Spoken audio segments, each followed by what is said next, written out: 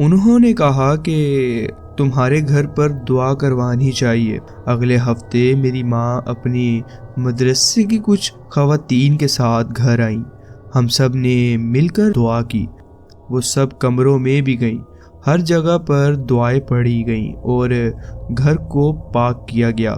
دعا کے بعد ایک بزرگ خاتون نے مجھ سے کہا، گھر میں دکھ اور ٹینشن کا سایہ ہے اور یہ سب تمہارے اور تمہارے شوہر کے درمیان پیدا ہونے والے فسادوں کا نتیجہ ہے۔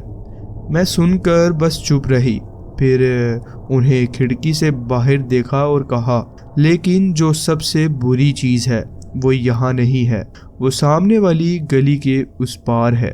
وہ ہمیں دور سے دیکھ رہی ہے۔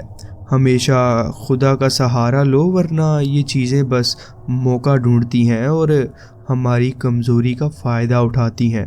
اس بات کے بعد گھر کا ماحول کچھ بہتری کی طرف چل پڑا۔ ہر چیز واپس سے نارمل ہو گئی اور ہمارے دن خوشی سے گزرنے لگے۔ لیکن 1 سال بعد میں کسی اور سے ملی اور ہم نے وہ گھر چھوڑ دیا۔ ہم ایک نئے گھر میں شفٹ ہو گئے، لیکن کہانی یہاں ختم نہیں ہوئی۔ لگتا تھا کچھ چیزیں ہمارے ساتھ ہی چلی آئی ہیں، لیکن وہ چیزیں ہمیں تنگ نہیں کرتی۔ دوستو، آپ کا کیا خیال ہے اس کہانی کے بارے میں؟ کیا یہ سب اس گھر کی ہوا تھی یا صرف ان کا وہم؟ مجھے کمنٹس میں ضرور بتائیے گا۔ جی بہت بہت شکریہ، اور آپ نے اپنی کہانی ہمارے ساتھ شیئر کی۔ پڑھتے ہیں اپنی نیکسٹ سٹوری کی طرف۔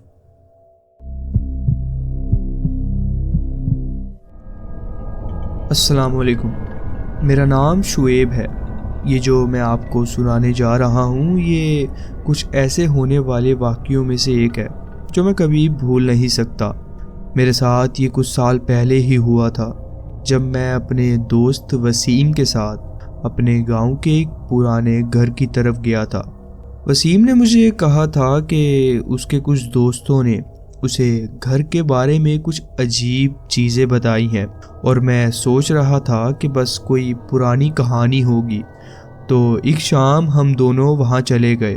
گاؤں کے لوگ کہہ رہے تھے کہ یہ گھر پرانا اور خوفناک ہے، اور بہت سارے لوگوں کا کہنا تھا کہ انہوں نے رات کو اس گھر کے اندر سے کوئی آواز سنی ہے، جیسے کہ کوئی اندر کچھ چیز کھسکا رہا ہو یا پھر کوئی گرنے کی آواز۔ ہم دونوں رات کے وقت گھر کے پاس پہنچے۔ وسیم تھوڑا گھبرایا ہوا تھا، لیکن میں نے کہا، یہ سب بس الزام ہوتے ہیں، کچھ نہیں ہوگا، یہ صرف لوگوں کی بنائی ہوئی کہانیاں ہوتی ہیں۔ ہم اندر گئے، اور جب میں اندر گھسا تو ایک عجیب سی ٹھنڈی ہوا ہمارے چہرے سے ٹکرائی۔ گھر کے اندر ایک پوری عجیب سی خاموشی تھی۔ سب کچھ اس طرح سے دکھ رہا تھا جیسے کوئی ایک لمحہ وقت سے اس میں غائب ہو۔ دیواریں مکڑی کے جالوں سے ڈھکی ہوئی تھی اور دیواروں پر سیل بھی آ گئی تھی۔ ہم دھیرے دھیرے اور جب ہم ایک پرانی سیکھ کے راستے سے گزرتے ہوئے ایک کمرے کی طرف بڑھ رہے تھے، ہم نے کسی کی آواز سنی۔ وسیم نے کہا، یہ کس کی آواز تھی؟ پر ہم دونوں نے سوچا کہ شاید پرانی چھت یا دیواروں کے کوئی گرنے کی آواز ہوگی۔ پھر ہم ایک کمرے میں گھسے جو بالکل اندھیرے میں ڈوبا ہوا تھا۔ وسیم نے اپنے فون کی لائٹ چلائی اور ایک پرانے شیشے کی طرف دیکھا، جو شیشہ کافی پرانا لگ رہا تھا۔ جب اس نے شیشے میں دیکھا تو اس نے دیکھا کہ کوئی کالی دھیمی سی چیز اس کے پاس آ رہی تھی۔ میں نے اسے کہا، وسیم تو کیا دیکھ رہا ہے؟ وسیم کا چہرہ بالکل بدل گیا تھا۔ اس کا چہرہ پہلے لال ہو گیا، پھر وہ پیلا پڑ گیا تھا۔ وہ صرف کہہ رہا تھا، نہیں نہیں، مجھے یہ نہیں دیکھنا۔ ہم دونوں بھاگ کر باہر نکل آئے، اور جب ہم وہاں سے دور آئے تبھی ایک پرانی آواز سنائی دی۔ آج بھی جب میں سوچتا ہوں تو وسیم کی وہ چڑی ہوئی آنکھیں یاد آتی ہیں۔ کیا تھا اس شیشے میں؟ کیا تھا جو اس وقت ہم دونوں نے دیکھا؟ میں اب تک سمجھ نہیں پایا، لیکن وسیم آج بھی کہتا ہے، مجھے آواز سنائی دیتی ہے، آج بھی۔ جب رات میں سب چپ ہوتا ہے۔ وسیم کے ساتھ آج بھی کچھ عجیب ہو رہا ہے۔ اس نے کہا اب تک وہ روح مجھے ہر رات اپنی آواز سننے پر مجبور کرتی ہے، جیسے وہ ہمارے ساتھ ہی ہو اور کب سے چھپ کر ہمارے ساتھ رہ رہی ہو۔ جی بہت بہت شکریہ، آپ نے اپنی کہانی ہمارے ساتھ شیئر کی۔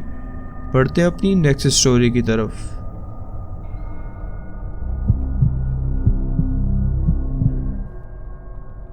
السلام علیکم، میرا نام فیضان ہے۔ کئی لوگ کہتے ہیں کہ جب اندھیرا گرتا ہے تو کچھ جگہیں انسانوں کے لیے نہیں ہوتی۔ یہ واقعہ میری خود کی زندگی سے ہے۔ جب ایک رات گاؤں کے ڈیرے پر مجھے وہ نظر آیا جو شاید کسی اور نے کبھی نہ دیکھا ہو۔ مجھے یاد ہے یہ گرمیوں کی ایک رات تھی۔ ہم ملتان کے پاس اپنے دادا کے پرانے کھیتوں کے پاس رکے ہوئے تھے۔ گاؤں کے لوگ کہتے تھے کہ ڈیرے کے پیچھے کا علاقہ بہت خوفناک ہے۔ میں نے کبھی اس بات کو سیریسلی نہیں لیا، پر اس رات سب کچھ بدل گیا۔ میں اور میرا کزن علی رات کے کھانے کے بعد ٹھنڈی ہوا میں باہر بیٹھ گئے۔ چاند کی روشنی صرف آدھے کھیت کو روشن کر رہی تھی۔ کچھ ہی لمحوں کے بعد ہمیں وہاں سے ایک تھوڑی سی آواز آنے لگی، جیسے کوئی کھیتوں میں ہو۔ ہم دونوں نے پہلے مذاق سمجھا۔ میں نے کہا کہ شاید کوئی جانور ہو سکتا ہے، لیکن آواز رکی نہیں، وہ لگاتار بڑھتی گئی، جیسے کوئی دھیرے دھیرے ہمارے قریب آ رہا ہو۔ علی نے ٹارچ جلائی اور ہم نے دیکھا کہ پیچھے کی طرف سے ایک سایہ ہماری طرف آ رہا تھا۔ زمین پر چلنے کی آواز نہیں تھی، صرف ہوا میں ایک ہلکا سا گنگناہٹ تھا۔ جب ٹارچ کی روشنی اس سائے پر پڑی، ہم دونوں کا سانس تھم گیا۔ وہ ایک لمبا سا شخص تھا، لیکن اس کا چہرہ نہیں تھا، اس کی جگہ بس اندھیرا تھا، ایک خالی اندھیرا جو کوئی بھی شکل بنا سکتا تھا۔ اس کے ہاتھ لمبے اور پتلی لکیروں کی طرف جھول رہے تھے۔ جب اس نے اپنے سر کو تھوڑا جھکایا تو ایک آواز آئی، جیسے پتھر سے پتھر ٹکراتا ہے۔ علی زور سے چلایا اور کہنے لگا کہ چلو یہاں سے۔ ہم اتنا زور سے بھاگے کہ اپنے پیروں کی آواز تک نہ سنائی دی۔ پیچھے ہم نے پلٹ کر بھی نہیں دیکھا اور نہ ہی ہماری ہمت ہوئی۔ جب ہم گھر کے اندر پہنچ گئے تو دادا جان نے پوچھا تم دونوں کی حالت کیوں خراب ہے؟ ہم چپ رہے، لیکن میرے والد نے کہا ڈیرے کے پیچھے مت جانا، میں نے وہاں پہلے بھی کچھ دیکھا ہے۔ جب انہوں نے یہ بات کہی ان کی آنکھوں میں ایک عجیب سا خوف تھا۔ کچھ جگہیں خاموشی میں چپ رہتی ہیں، لیکن وہ خود کو چھپانا نہیں چاہتی۔ اس دن کے بعد ہم کبھی ڈیرے کے پیچھے نہیں گئے رات کے وقت۔ شاید تم بھی اگر کبھی کسی جگہ پر ہوا سے بھی زیادہ ٹھنڈی خاموشی محسوس کرو تو وہاں سے دور ہی رہنا۔ اگر آپ کو یہ کہانی پسند آئی ہو تو ویڈیو کو لائک کریں، چینل کو سبسکرائب کریں اور بیل آئیکن پریس کریں۔ اپنا بہت خیال رکھیں اور دعاؤں میں یاد رکھیے گا۔ اور اگر آپ کے پاس بھی کوئی ایسی سٹوری ہے تو نیچے دیے گئے ڈسکرپشن میں جو ای میل ہے اس پہ سینڈ کریں تاکہ آنے والی ویڈیوز کا وہ حصہ بن سکے۔ اللہ حافظ۔